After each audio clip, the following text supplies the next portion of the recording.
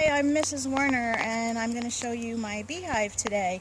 I've only been doing this for a year and this hive made it over the winter, which I was very excited about. But there's not as many bees in it right now as my other hive. I'm not showing you that one though because they get cranky real fast. So here we go. We're going to show you the entranceway while I'm zipping up my hood. And you'll see the bees flying around the hive, and if you're lucky you'll see some with some pollen going in.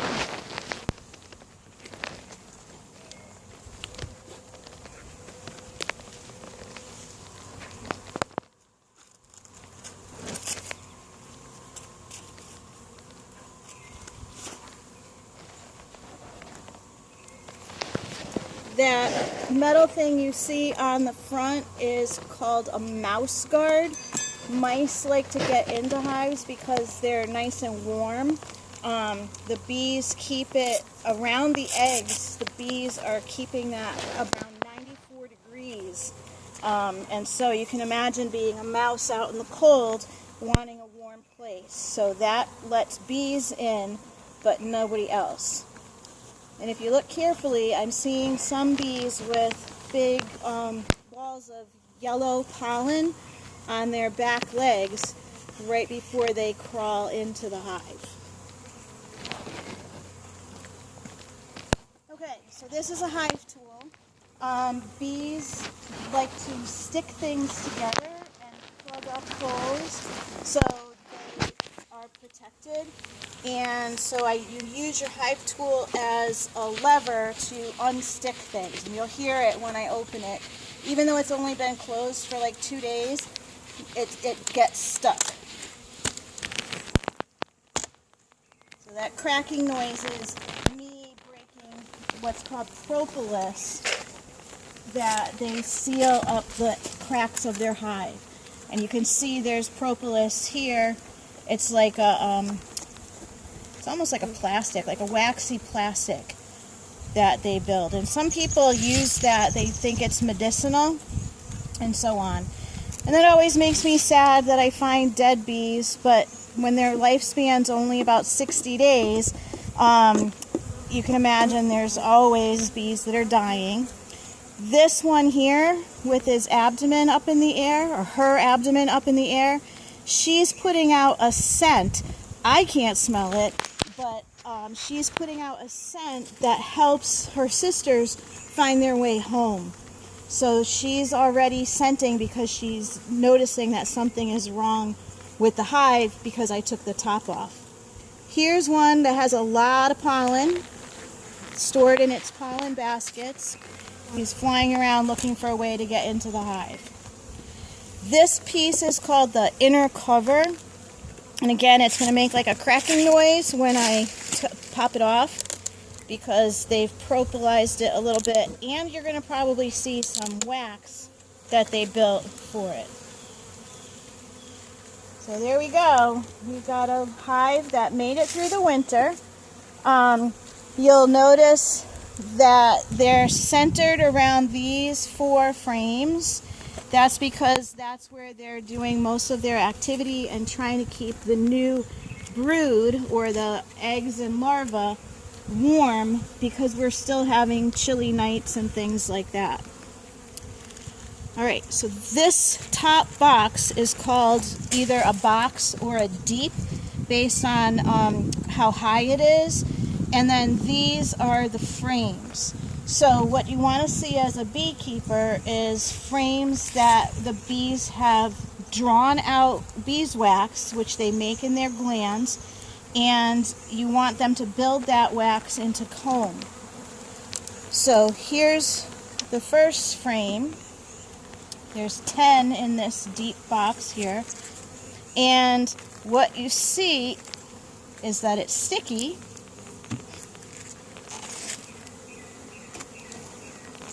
And they have stored probably the sugar syrup. I don't know if you can see that it's kind of shiny.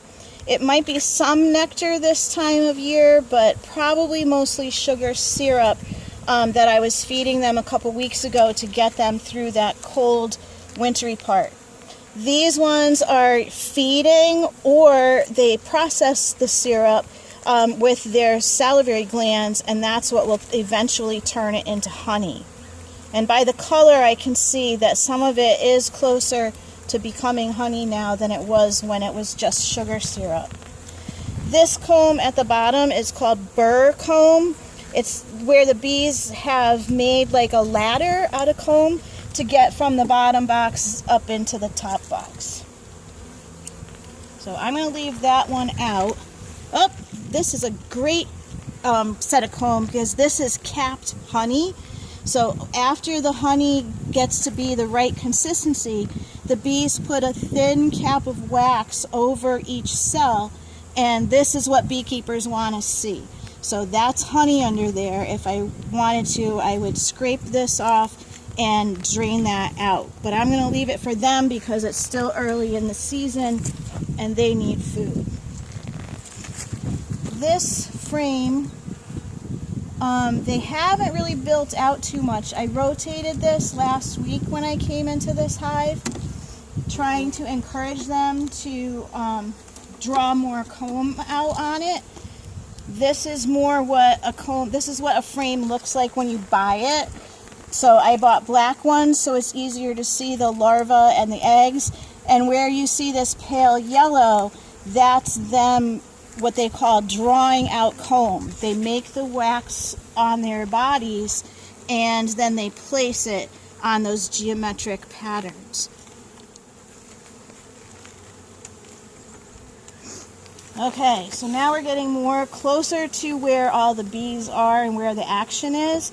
If you look down inside the hive, you can see that this side of the frame has capped honey, and this frame is probably going to weigh like 6 pounds if there's honey on the other side.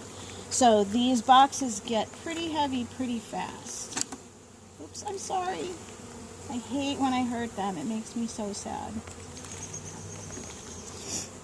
Usually if you kind of just touch them, they will move away. Some of them are a little more stubborn than that. So you see I'm using my tool to twist and move the frame away from the other frame. And yep, this probably weighs 6 or 7 pounds. And that's all honey that they're going to use as the season goes on. So now as a beekeeper, that makes me really happy because I know if it gets cold again and they can't get out, like they don't fly out too much on rainy days. So if we have a little bit of a wet season, they've got a lot of food in here. So they'll be okay for a while if they can't get out and get nectar and pollen. All right, we should be getting to where there's brood now. So I'm just going to slide that one. Okay, so the next frame, which you count them as you go, so I have 2 on the ground, so this is 3, 4, this is frame number 5. And so what I can see from my angle is that there are open cells where I'm hoping I can show you some eggs or larvae. And if we're really lucky, we'll find the queen. Okay, so I'm looking and I see pollen. Those foragers that go out and bring back pollen. Here's a cell with pollen. And if you know what you're doing, which I'm not that good at it yet, you can tell by the color of the pollen where it came from. This is capped brood. So the queen has been here and she has laid eggs. Here are really tiny larvae. I don't know if you can, let me get that bee out of the way. Do you see those really, really small larvae? Those are probably only like 4 or 5 days after the egg was laid. And then going in towards here, you can see a larger larva. And then over here, as you get close to those capped ones, you've got even larger larvae. So the queen lays in circles if she can, and she would work her way around and go around and out, so that you see the capped larvae, and then the newer uncapped larvae are going to be toward the outside. Then there's pollen and honey right nearby, because these nurse bees are bees who are feeding the larvae and taking care of them. Let's see who's on the other side. All right, this side we've got a lot of pollen and some capped brood and some couple of uncapped larvae under there as well.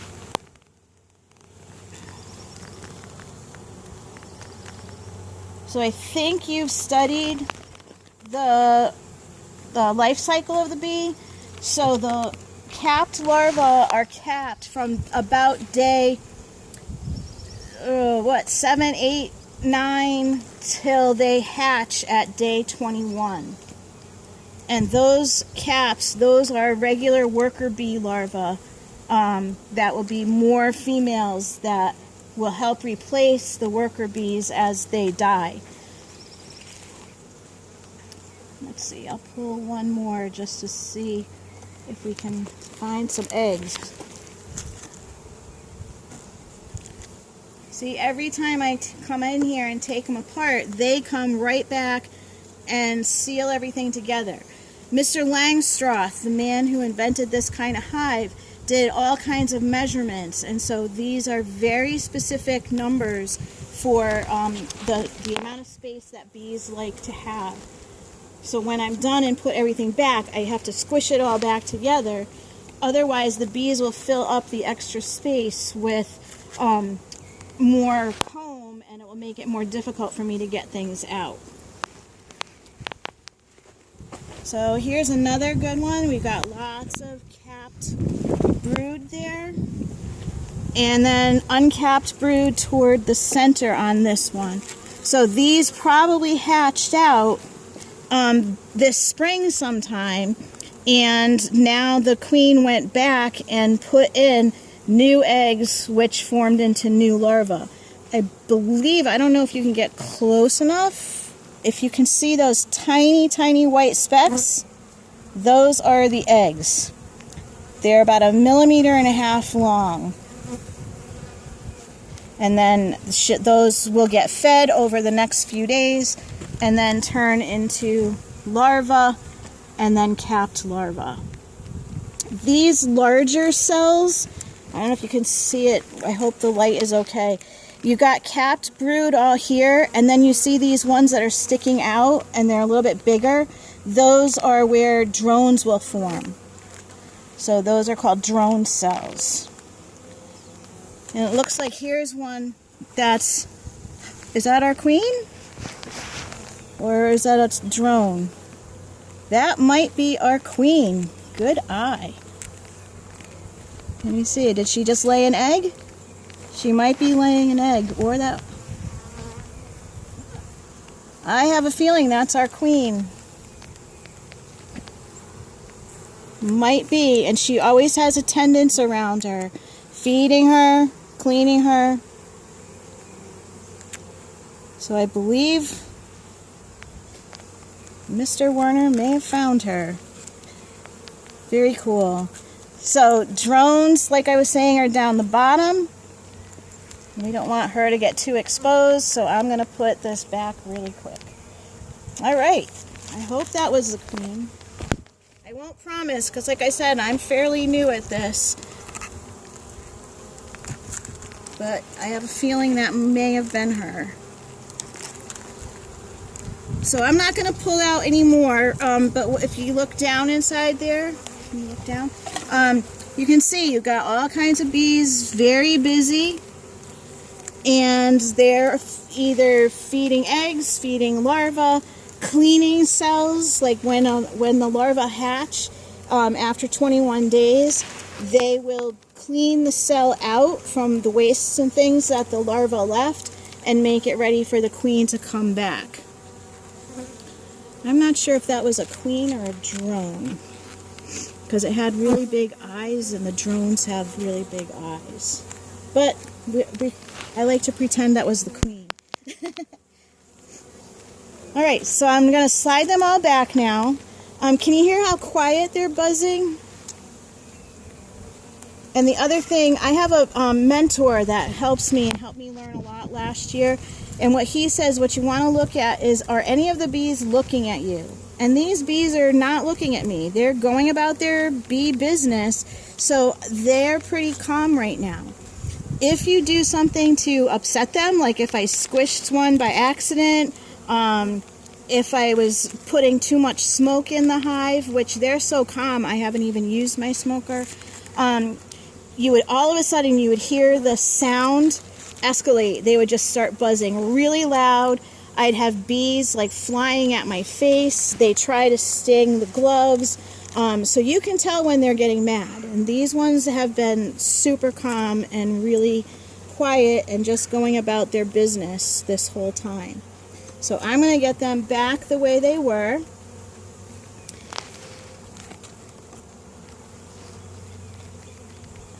And like I said, everything is very sticky with wax and propolis, and you just want to move slowly so you try not to hurt them. You guys are studying colony collapse disorder. The biggest thing I learned last year is that you have to manage your mite situation. The Varroa destructor mite is the biggest problem that honeybees face in the U.S. And this hive right now doesn't have even enough bees for me that I'd want to test them, because when you test them, you have to sacrifice like 300 bees. You get a measuring cup, you get about a cup of bees, and then you pour 70% isopropyl alcohol over them. And they die very quickly, and you have to shake it, shake it, shake it. And what you get afterwards is the mites will sink to the bottom of the device that you use, and you have to count them and figure out the proportion. So I want this hive to recover and breed out more bees before I even do a mite check on them. But that I should probably be doing by the end of April.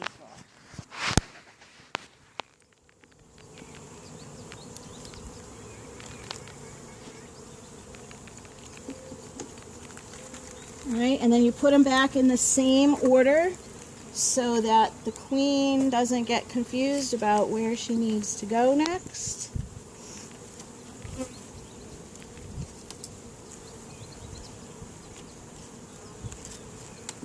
And you see how I'm pushing them together to give them the right space in between.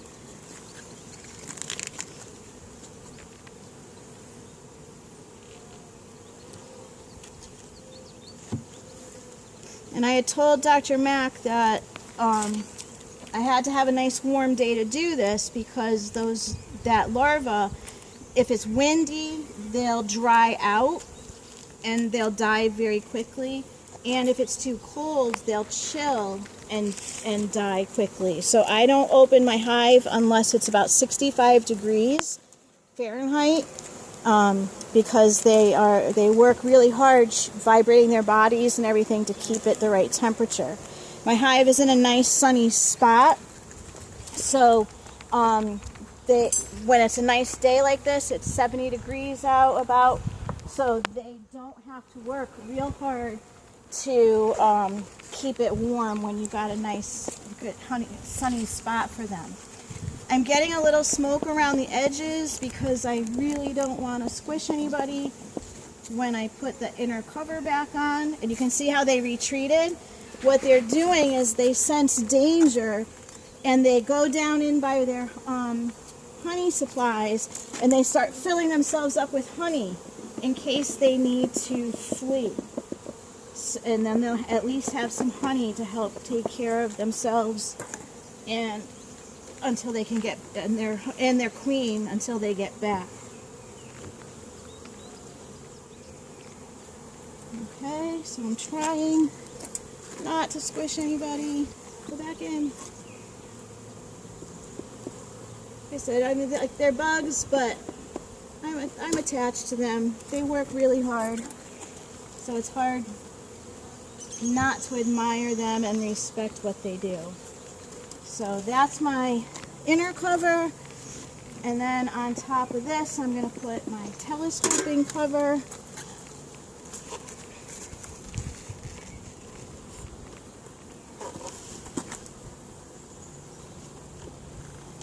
And then I seal it off with a strap, and that keeps any raccoons, possibly bear. Vernon doesn't have a big bear problem, but they have been in the area previously, and that keeps them from being able to knock my hive apart and get the honey out. And I got a little friend on my glove. They can sting through these gloves, I learned last year, but they're goatskin gloves and they're pretty good. Alright, go home. Alright, so if you guys have any questions, I'll see you in a little bit to answer them. Bye!